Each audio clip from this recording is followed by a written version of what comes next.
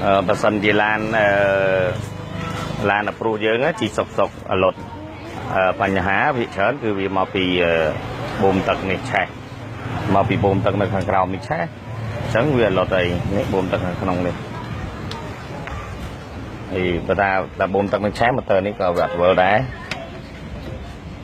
នេះអត់វិលទេម៉ូទ័រវាស្ងៀមហើយធំក្លិនស្ងៀមពេលហ្នឹងយើងមានវិធីមួយអាចបញ្ឆេះដោយខ្លួនឯងបានដោយមិនបាច់ហៅជាងជីលុតជប់លុបអីអាចធ្វើខ្លួនឯងបាននេះដោះដុយមួយនេះវាច្បាច់ដុយនេះទៅដកចេញគ្នាមកនេះដុយនេះដកចេញគ្នាទៅហើយបើកម្រពុជិបនេះបាទអានេះកម្រពុជិបពេលវាស្ងៀមនោះវាលុតនោះវាដៃពុជិបនេះ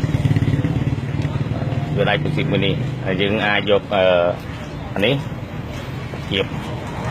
ណាគៀបនេះយកមកចាប់អានេះគៀបចេញមក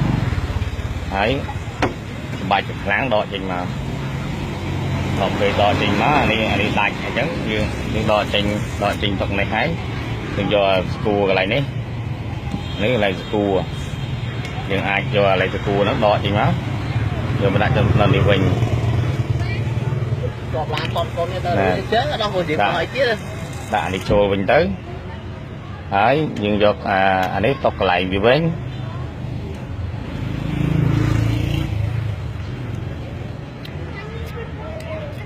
យកអានេះដាក់កន្លែងវាវិញទៅហើយយកអាដាច់នេះបោះចោលទៅបើមិនបោះចោលទេដាក់ស្គូចោលឯនេះទៀតទៅតាយកកន្លែងនេះវិញទៅ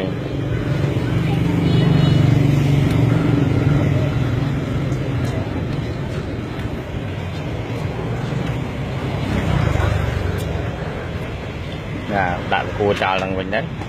ហើយនេះមួយទៀតអានេះបើចង់កៅអង្គុយអីអានេះពលបោកមិនបាច់ទៅកៅអង្គុយនៅក្រោយទេកៅនេះទៅបោកហើយ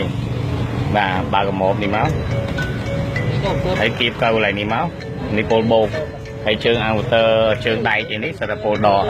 ហើយគៀបទៅនេះក៏បានដែរឲ្យតែគៀបដិតឲ្យតែគៀបស៊ីទៅវាមានភ្លើងហើយ